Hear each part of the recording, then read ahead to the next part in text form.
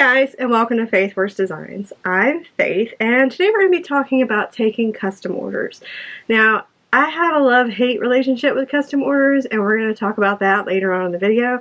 We're going to be talking about pricing, how to take orders, specifics, all of that. In today's video, we're going to be talking about custom orders and everything you're going to need to know to get started if you haven't already. So, let's get started. The very first thing that you're going to want to do is you're going to want to go through all of your Facebook posts, all of your pictures in your phone, pictures of your friends. You want to get all of the pictures that you possibly can of things that you've made in the past. I'm going to use bags as an example today in today's video because that's what I primarily have been doing. But this can apply for many crafting areas. So I take pictures of everything that I have. I've got stuff from when I first started to pictures till I got till now. I've either got on my phone, which my husband yells at me about.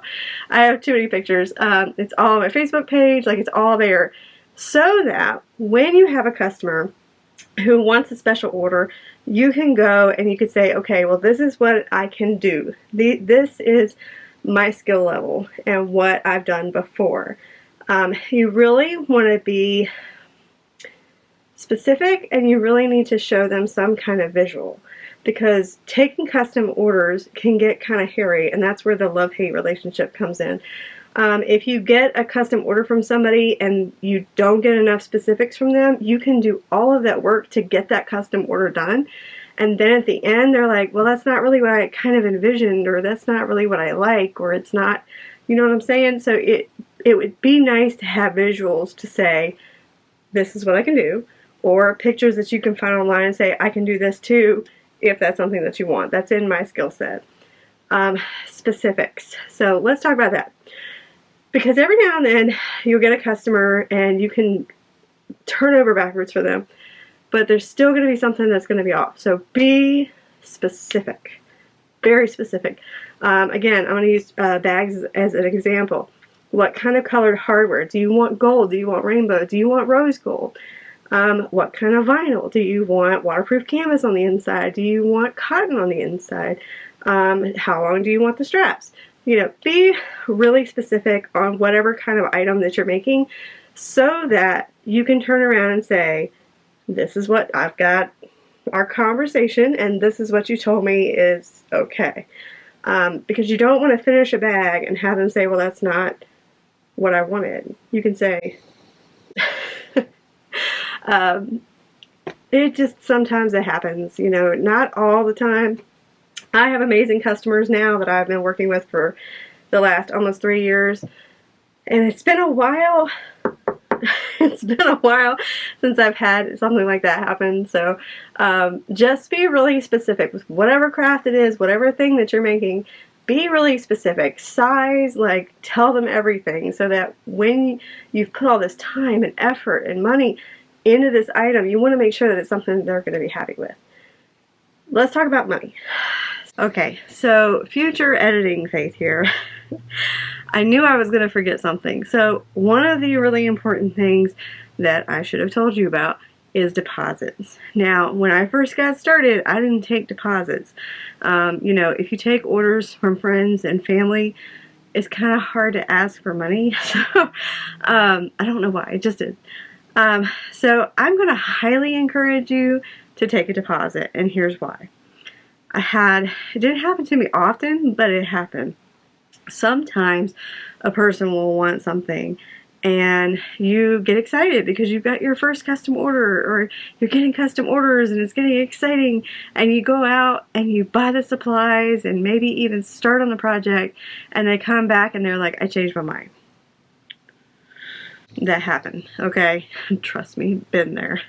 We'll never go there again. What you're going to need to do, because of these circumstances, what you're going to need to do is make sure that you ask for a deposit. Now, when I first got started, I asked for 50%. That way I could at least cover all of, if not most of, my materials. And that way, if they changed their mind, they did whatever, at least I covered my materials. The second thing you're going to need to do is on the invoice somewhere, you're going to need to say that this is a non-refundable deposit. Because it happens, guys, and I'm trying to save you some headache. They're going to want their deposit back because they changed their mind. You know, stuff happens, you know, tires blow out and, you know, money's just not there that you thought it was going to be there. Stuff happens, but that shouldn't affect your business. And sometimes, you know, you want to do people right and just kind of give them their money back, but you're not a charity. If you want to keep a business going, you have to set down some ground rules and some boundaries with your customers. If you want to make it in order, that's fine, but it's going to need a deposit and it's going to need to be non-refundable. If you change your mind, that's on you. You're going to have to find the rest of the money to either finish paying for the item or I get the deposit because I've spent all of this money on materials. And I know that sounds harsh and I'm so sorry, but if you don't set those ground rules and those boundaries, you're going to inevitably have somebody that's going to try and walk all over you, and it may be a lot of money that you miss out on if you don't. So I highly encourage you to do that. Now, because I've been in business so long, because I have the customers that I have, I find that I don't need a deposit anymore. I get them to go ahead and pay for the whole thing up front. You might be able to do that. You can ask them if they want to go ahead and pay for the item up front, do it like a pre-order or something like that. But most people will be completely fine with putting 50% down just so that that's less they have to pay later on when the item is finished. So keep that in mind because you can learn from me or you can learn the hard way. So take your pick. All right, back to Future Faith. Everybody wants to know, how do I price my items? Okay. Everybody says, all right, we'll charge your materials and then so much per hour of making your items. If I charged what I needed to charge, I would never sell any bags because my customer base is not like that. You know, you can have one person in California that can sell a bag for $200 and I can make the same exact bag, quality, sewing skills, everything. I can't sell a bag for $200. There's no way. There's no way on this earth. So you kind of have to price your items to your specific area. And if you've been in business for a little while or you've just been kind of selling on the side, you kind of know what your customers are willing to spend. Now, when you first start out, I would price your items according to your skill set. So if you're just starting out and, you know, stitches aren't perfect or things aren't quite lined up right, you don't want to be charging $65 for a bag or $100 for a bag. Your skill level isn't there yet. If you've been doing this for a while, then you have more authority to say, you know what, you're not only paying for this bag, you're paying for my time of the years that I've been working on my skills to be able to make this for you in the best way possible. So how to price your items? Here's what I did when I first started out. So I would go on Etsy and I would say, okay, this person wants a car seat cover, you know, like a little baby car seat cover. I would go on Etsy and kind of see, okay, well, what are they going for? What are homemade ones going for? And say the top of the line would be like $100 and the bottom of the line would be like 30. So I would meet myself right in the middle at like 45, 50. Somewhere in the middle because that's where my skill set was at that appointed time that I know how to do things. The person that charged $100 has probably been doing it for a while or they don't know how to price their items. But if you've been doing it for a while, you can do the $100. So it really depends on your skill set. It really depends on how much materials and things that you're using. Something I need to make a video about is a lot of people ask me how I can not charge an arm and leg for my bags and keep my prices low, but also make an income off of it. That's another video that I need to do. But when you're first starting out, you really want to keep your material costs down. If you want to keep your prices down, then you have to keep your material costs down. Since I got started to now, I have constantly looked for ways to be able to save money on my materials. Just different ways. You have to, because you want to make a profit. That not the end all be all is profit, but you need to make money so that you can stay in business. So look on Etsy, see what they're kind of charging for prices, and then kind of go from there and judge what your item should cost. For me, now that I've been in business long enough, I know what my customers will be willing to pay. So say, let's see, chocolate frog boxes. We made a gazillion of those.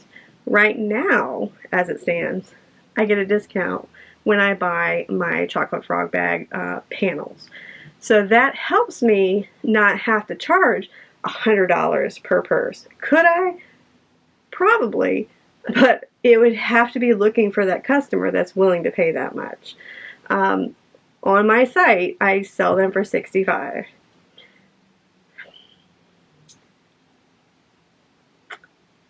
Am I making a killing? No. Could I? Yes. But it's all about strategic things. You can find that one customer that's willing to spend $100 in that chocolate frog bag, but they'll never come back. I found that with my customers that I love to death, they're regulars.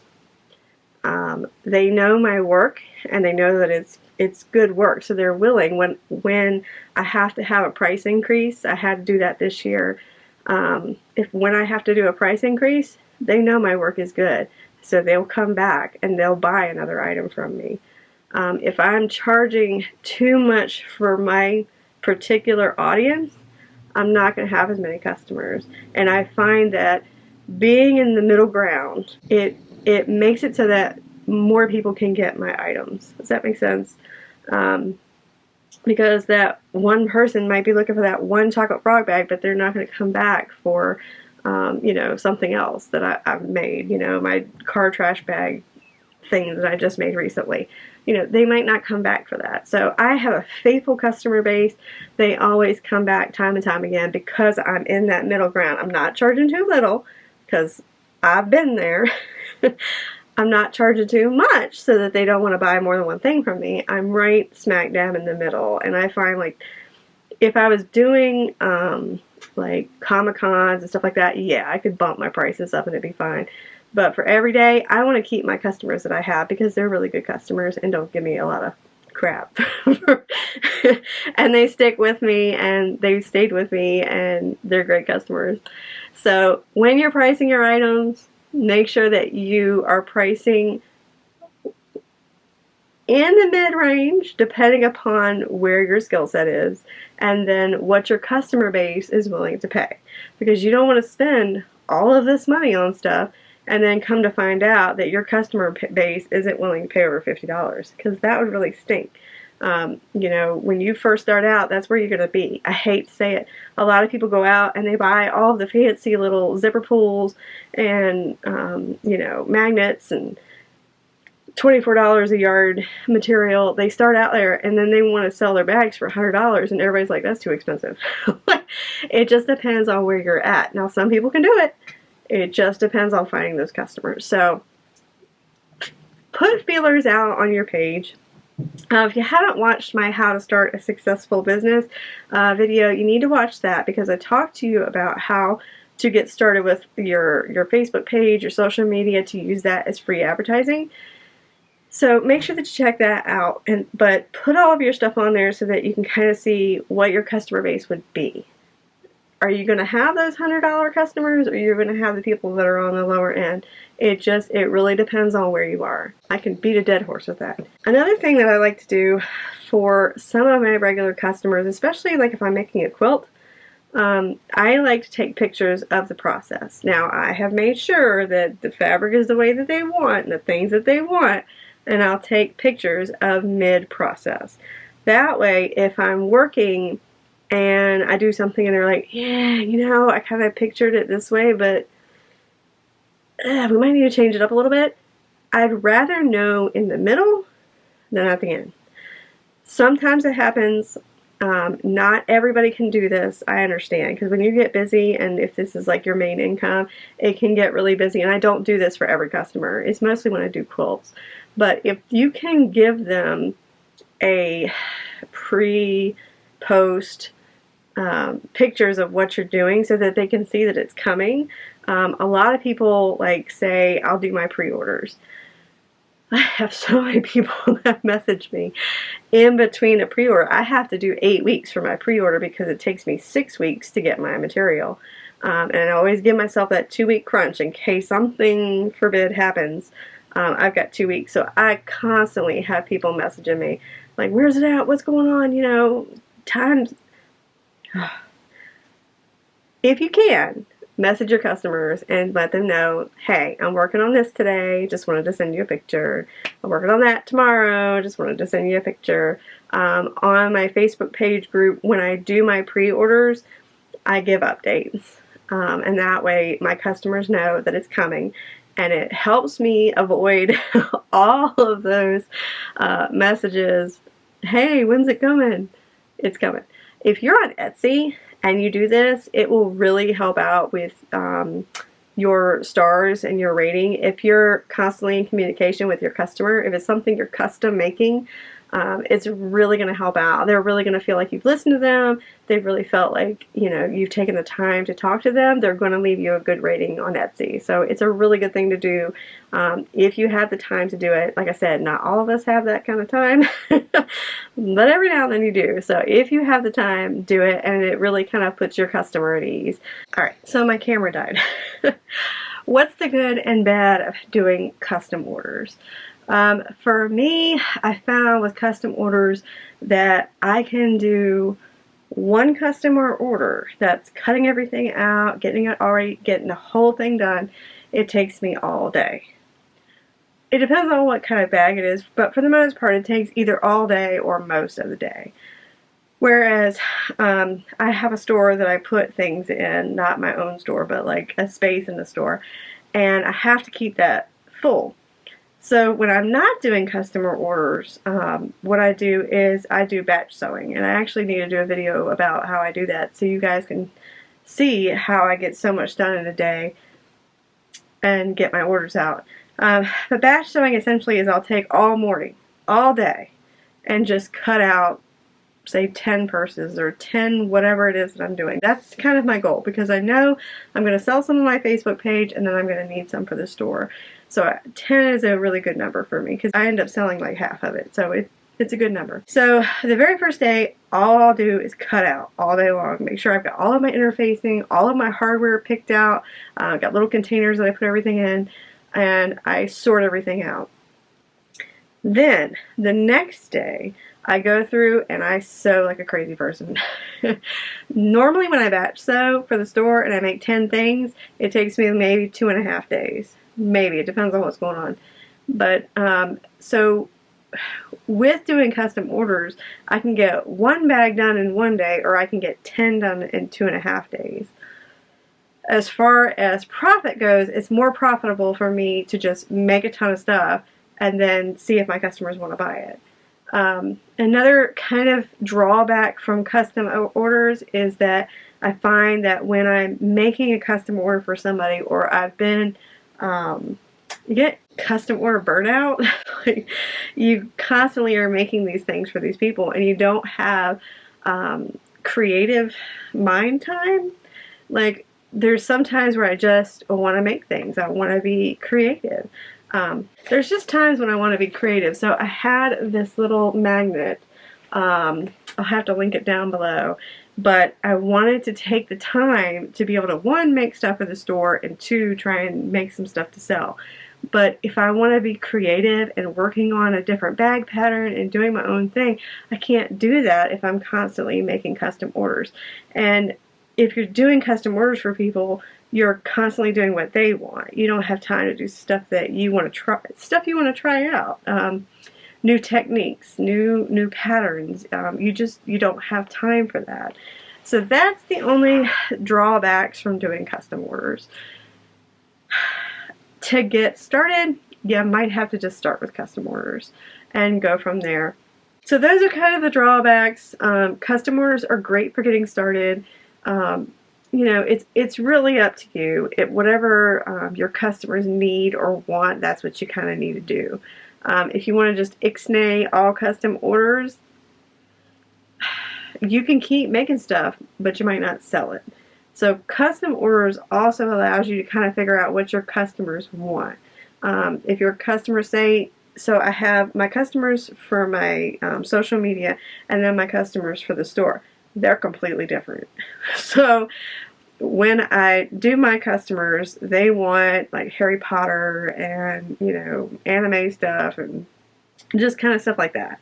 My customers at the store are older folks and they want florals and plainer stuff. So I had to figure that out because I was making all of this stuff and trying to sell at the store and it wasn't doing too well. And then the lady was like, you know, I have older people, why don't you try some florals? And so we did that, and now I have to make a balance of when I'm making things to make sure that I'm kind of going towards both customers.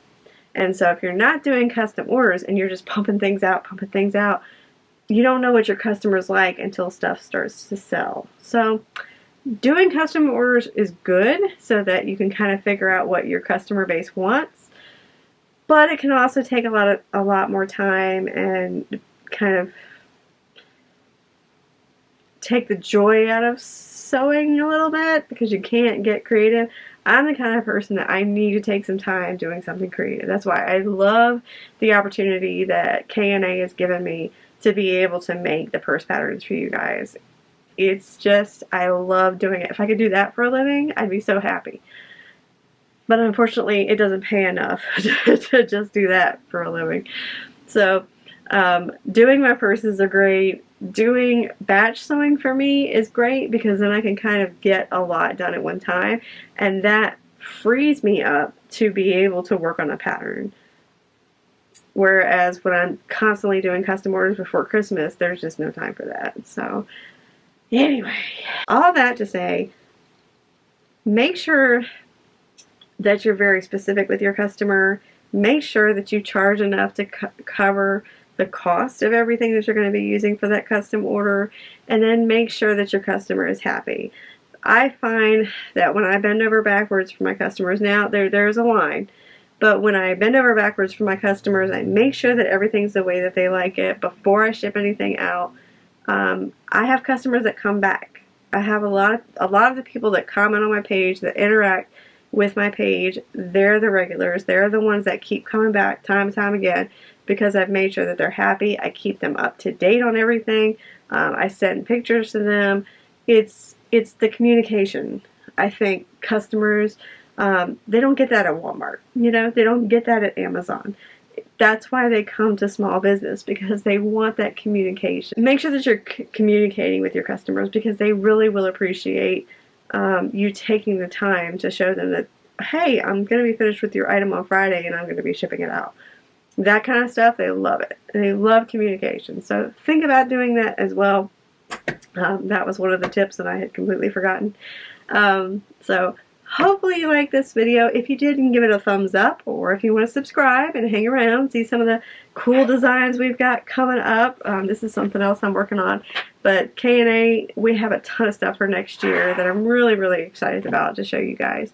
So make sure that you subscribe so that you won't miss any of that. And if you have any questions, comments, there's something that I didn't touch base with that you just kind of are like, I don't know, leave it down in the comment section. I do check those daily. And I do respond to my messages. I hope all of that made sense, and I hope that it helps.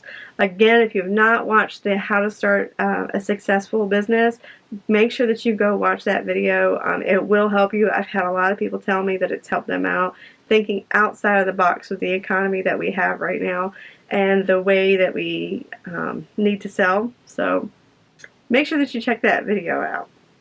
Thanks for joining us again on Faith Works Designs. Bye, guys.